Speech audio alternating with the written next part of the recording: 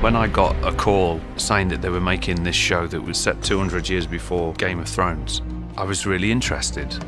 When I got the gig, for that split second, you're like, oh my God, you're in Game of Thrones, it's the biggest thing ever. And you put the phone down, you're like, oh God, now I've got to do it. Game of Thrones has such a history and a fan base and a culture that exists beyond it and around it. It's the biggest TV show, so yeah, so there's a bit of pressure to live up to.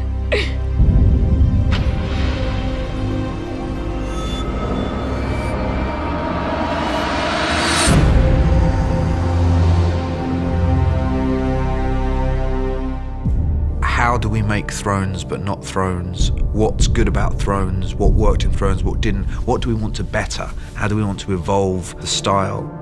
It wasn't just a prequel for prequel's sake. There was actually a reason to tell this story. The Targaryens are the fascinating dynasty that we don't really know much about from the original books because at that point they've all died out. There was this once great day where there were dozens of Targaryens running around and a bunch of dragons, and they ruled over Westeros. It was a time of peace and prosperity, and everybody knew that if you messed with the Targaryens, you would get the dragons, so nobody dared to overthrow them. This period in Westeros was a very decadent time. So you get to see what the realm looks like before it descends into the detritus and post-decadence of war that you see in the original series. So I was fascinated in going back to that time and seeing the Targaryens at their height and learning what it was that Daenerys lost in trying to win back throughout the story. The original Game of Thrones was very much an epic that was weaving together various different threads. It still has that scale and scope, but it's really just the story of one family slowly tearing itself apart. There's a wish fulfillment for an audience of things they want to see. We're not here to not give it to them. We're here to give them the thing that they want, just not in the way that they're expecting. We're not trying to rehash the past. We're trying to find something fresh and exciting. We wanted to very much embrace the feel and the world of Game of Thrones, but we had the flexibility to enlarge and enhance. But there was this very strong feeling that we wanted the audience to feel they're in the same show.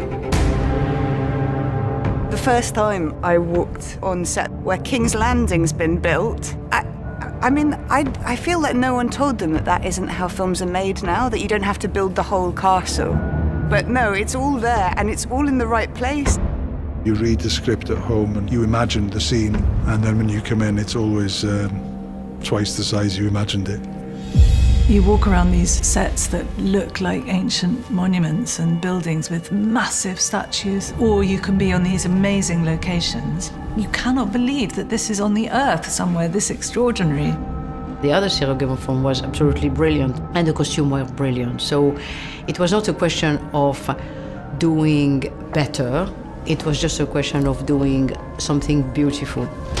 We had said to ourselves, we're going to pull our horns in on season 1. We're going to start in a more grounded, more intimate way. But even with our horns pulled in, it was just big.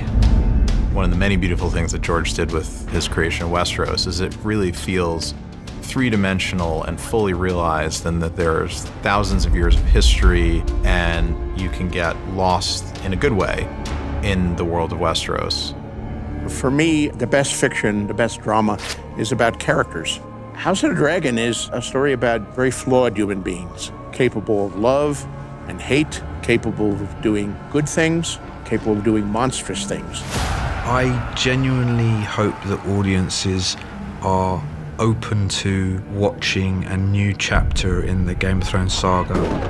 Game of Thrones was its own thing, and it was a cultural phenomenon. But this is something else, it's a different story. The scale of the story is told in a different way. All that size that we loved in Game of Thrones is here, but House of the Dragon is rooted in the domestic and the familial. I hope fans will get everything that they got out of Game of Thrones and more. More dragons. Yeah.